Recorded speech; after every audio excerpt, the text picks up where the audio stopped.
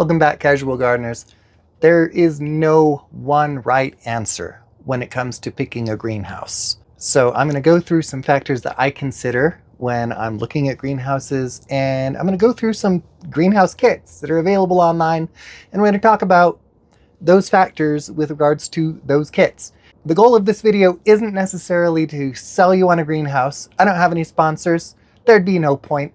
The whole goal of this video is just to help you get a feel for how to make that choice. Now, in terms of the factors that we're going to consider, I'm just talking about what's specific to the kits, not your particular factors. It would be weird if I knew what's going on in your garden. It would be kind of creepy. We're just looking at the kits as they are. So my number one concern is always going to be ventilation. The point of a greenhouse is to keep your plants cozy and happy, but you don't want to, melt them. We're also going to consider the cost per square foot, and that's just going to be for a base comparison. There are some things that will cost a lot less per square foot and other things that will cost a lot more per square foot. During the cooler months, insulation can be really important for you if you're in a cooler climate. It may not be as important to you if you're growing in a warmer climate. Depending on where you live, you may have to deal with heavy snow loads or high winds. There may be hidden costs. Mostly when I talk about hidden costs, I'm going to be talking about a foundation, because kits don't include foundations, and every kit is better with a foundation.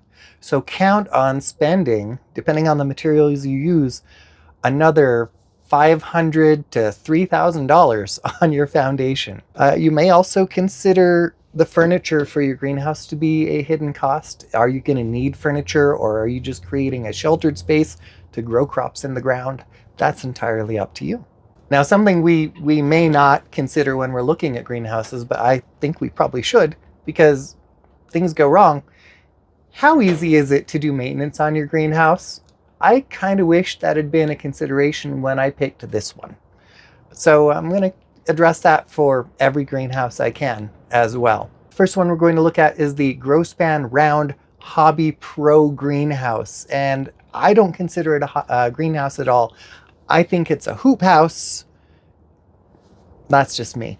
It is going to be a lot more durable than the DIY options you see all over YouTube with the cattle panels or the PVC pipe, but it is still a hoop house. So hoop houses are really great because you can size them up or down depending on your needs. That is something you can do with this hoop house.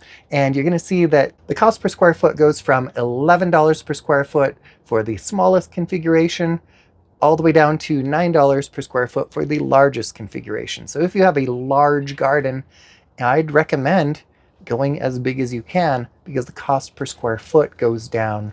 And then also when eventually you outgrow your greenhouse like everyone does, you'll be happier. So the only ventilation this has is an opening at each end. That is going to be adequate for the smaller models. It may be less adequate during the warmer months for the larger models. So that's something to consider. Hoop houses don't need foundations, so that keeps your costs down. But round hoop houses like this one are also the least able to handle heavy snow loads. That 4-foot distance between the hoops basically means that there's going to be a lot of stress on your covering. You will find that you will need to spend more time going out and knocking snow off this thing if you live somewhere with snow. I didn't find any information about wind load handling either. The ground posts and rip-resistant covering should make this at least moderately wind resistant. Now, unfortunately, the insulation value of the single thickness cover on anything is going to be relatively low. Pardon my wind. We're having some wind here. Something to keep in mind, cheaper greenhouses will rattle more. Now, in terms of maintenance, you are going to need to replace the cover of this thing every 7 to 10 years, probably. It may last longer though, so don't just throw it out after 10 years if it doesn't need to be thrown out. So the next one I want to look at is the Haven High Tunnel. This is a commercial high tunnel, and that means that it is extendable far beyond any reasonable home garden. It does have a really great cost per square foot of ranging from $10 for the smallest configuration down to $5 for the largest configuration. But Most home gardeners don't have room for a 120-foot long high tunnel. So don't count on getting that $5 per square foot cost per square foot. So just keep in mind the smallest configuration is 16 feet wide and 24 feet long, which is pretty massive. It is twice the length and twice the width of the greenhouse that I'm sitting in right now. This kit includes roll-up sides, so that means that the ventilation in this thing is going to be excellent, whether it is 24 feet long or 120 feet long. If you live somewhere with, snow, you can opt for the Gothic style, which is the same price as the round style. The Gothic style is going to shed snow more efficiently, while the round style is probably going to resist wind loads a little bit better. So if you have snow and wind, there's a trade-off. Luckily, the ground posts for this high tunnel can be sunk up to 3 feet deep, and that will actually give you some pretty decent stability. I also saw on the website that there is a 10-year warranty for storm damage that gives you half off replacement parts, which I think is kind of cool. Just like the hoop houses, high tunnels don't have foundations, so that's not an additional cost you need to consider. Now, the 6 mil greenhouse cover included with the high tunnel kit is rated for 4 years, but it routinely lasts 7 to 10 years and possibly even longer. So don't count on having to do maintenance every 4 years. And replacing the worn out skin should be about the only maintenance you have to do on a high tunnel, unless you get, wind damage. The 6 mil greenhouse cover is terrible insulation. So expect your nighttime temperatures, whatever the time of year, to be about the same in your high tunnel as they are outside your high tunnel. You still can extend your season with these things, and you're doing that by bumping up your daytime temperatures. Next, I want to talk about the Harbor Freight greenhouse, and nobody really cares or remembers what the actual brand name is. We all just call it the Harbor Freight greenhouse. This is a 10-foot by 12-foot greenhouse, and it's $900 when it's not on sale. It can go on sale for like a lot less. But its regular price is only $7.50 per square foot, which is kind of amazing. The kit includes a wide double door at one end that can be left open in the summer for ventilation. It also includes 4 roof vents, which is pretty decent. That's twice as many roof vents as this kit came with.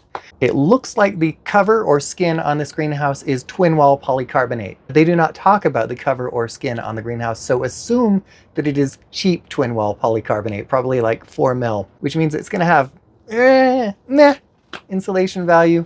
If you live somewhere very cold, this is not going to be amazing for you. Wind resistance is going to depend on how well you have anchored this to the ground. I've seen videos on YouTube where people who bought this greenhouse talked about it being picked up and flipped over by the wind and losing panels forever because they blow away. So if you don't anchor this well, consider that it has no wind resistance. Also, the panels are a little bit prone to pop out because of how they're anchored to the frame. They don't make any claims about snow load, so I would just recommend knocking off any accumulated snow as quick as you can. You will want a foundation for any greenhouse, even this cheapo greenhouse, that will reduce, flipping and panel replacements. One thing I like about this design is that you do fully assemble the frame before you install any of the panels, which means the panels go on from the outside, which means you don't have to disassemble any part of your greenhouse to replace a broken or missing panel. So the next greenhouse I want to talk about is the Palram Canopia Balance greenhouse, or this one that I'm in. This is the one that I bought, so this is the one I'm going to be most familiar with. This isn't actually the greenhouse that I would have bought if I were buying a greenhouse now, actually. So if you want to know which greenhouse that would have been, watch to the end of the video and I'll tell you, and we can argue about it, because it's the internet. We have to have an argument. The cost per square foot of this greenhouse is going to depend on where you get it. I bought mine through Costco, so I paid $13 per square foot, which is about double what you pay for the Harbor Freight model.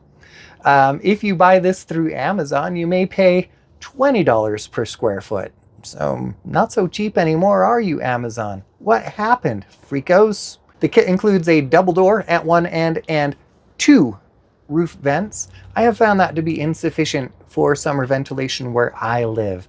I've done whole videos about how I get around that problem, so check out my greenhouse playlist. The walls of this greenhouse are actually two different materials. So the walls, the vertical walls, are single thickness polycarbonate, which kind of bummed me out. The reason it doesn't look clear as glass is that I've wrapped the whole inside with horticultural bubble wrap to try to improve my insulation value. The roof of the greenhouse is twin wall polycarbonate. It is the cheap stuff. If assembled on a foundation, this kit should be able to withstand 56-mile-per-hour wind gusts, which are pretty strong. I've actually been told that I've had stronger wind gusts and I've not lost any panels.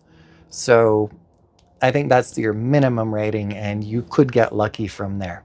This greenhouse is rated to withstand snow loads of up to 15 pounds per square foot, which is not a lot. So what I will do with this is when I get more than a couple of inches built up on the greenhouse, I come out with a broom and I knock off the extra snow. This kit does not have the same problem as the Harbor Freight kit when it comes to panels popping out, but that is because the panels of this kit slide into the frame. That is listed on the website as a benefit to the design, but from a maintenance perspective, I would consider it a flaw, because it means that if in the event that a panel does pop out in particularly forceful wind, or a panel is broken or needs to be replaced for some reason, you will have to partially disassemble the greenhouse to fix that, and that's a giant pain in the butt. Speaking as the guy who assembled this, I don't want to do it again. So next we're going to talk about the Planta Sungrow Urban Greenhouse. Price per square foot is $23 when it's not on sale. The kit includes a full-size door at each end of the greenhouse for ventilation. In some climates that may be sufficient. In my climate, I would probably want to pay extra and include the extra roof vents that you have to pay extra for. So they're not included in the kit.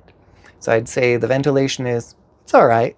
And the reason I'm going to say the ventilation is all right is because you can't automate doors. And I like automated ventilation. If you assemble this thing on a foundation, it can withstand wind gusts up to 65 miles per hour. It can also handle snow loads of up to 75 pounds per square foot. The skin on the greenhouse is 6 mil twin wall polycarbonate, which is, the second best. It is pretty decent for year-round growing of cold hardy crops, assuming you have enough light at your latitude to keep them growing. The kit is designed to be maintenance-free. It's warranted for 10 years. I love that the panels are attached on the outside of the frame after the frame is fully assembled, which means that as the panels wear out after that first decade of use, you can replace them one at a time without disassembling anything. Finally, we're going to look at the Exaco Nelke Pro Greenhouse, which is, it's manufactured in Europe, obviously, because that was something I mispronounced. I included this just so that we could look at a $10,000 kit greenhouse and see what the difference is. What are we paying extra for? So first of all, that is a cost per square foot of $71, which compared to all the other greenhouses we've already talked about is a big ouchie. For ventilation, you get a large door at one end, a large window at the other end, and 2 automated vents standard. So I would say that the ventilation of this kit is really great. The skin of the greenhouse is triple wall polycarbonate, which is the best polycarbonate you can get for a greenhouse in terms of insulation. So if you are growing in a cold area or you want to have a heated greenhouse, this is the kind of thing that you're going to want to get. You will save money over the life of the greenhouse by spending less energy to keep it warm. The kit also includes silicone caulk and rubber wedges that help lock everything in place and reduce drafts and air leakage. The website also offers a $2,000 steel foundation so that you don't have to build a separate foundation. You can just install it on top of a stock foundation. Depending on who you are and what your skill set is, that would be a better option. I actually didn't see any snow load or wind ratings for this greenhouse, which kind of surprised me considering how much more you're expected to pay for it. If the manufacturer or the seller wants to reach out to me in the comments and clarify that, I think we'd all appreciate it very much. I'm not going to recommend any one of these greenhouses to you specifically, because as I talked about in the beginning of the video, we all have different circumstances. Maybe the $10,000 greenhouse would be best for the conditions we're growing in, but we can't afford a $10,000 greenhouse. We're going to have to go with a different one, right? I don't know your budget. I don't know your weather. So this, remember, is just, we're looking at greenhouses so you can get a feel for what to look for as you consider these and other greenhouses. But I did say I'd tell you my favorite greenhouse and why it's different from this one. Now, I really like the Planta greenhouses because they're only about twice as much as what I paid for this. And they've got a lot of features that I wish this one had, especially in terms of how sturdy they are and just how appropriate they are for my climate. I think this greenhouse is awesome for warmer, more gentle climates. Do you agree with my choice? Let me know in the comments. If you disagree, please include details, because maybe the details you include will help somebody who's trying to pick a greenhouse. Obviously, I'm done. I'm doing this for you guys, so help each other out. Do the like and subscribe thing if you haven't already. Thank you for joining me here in my garden today. And as always, I hope you have a wonderful time in your own garden.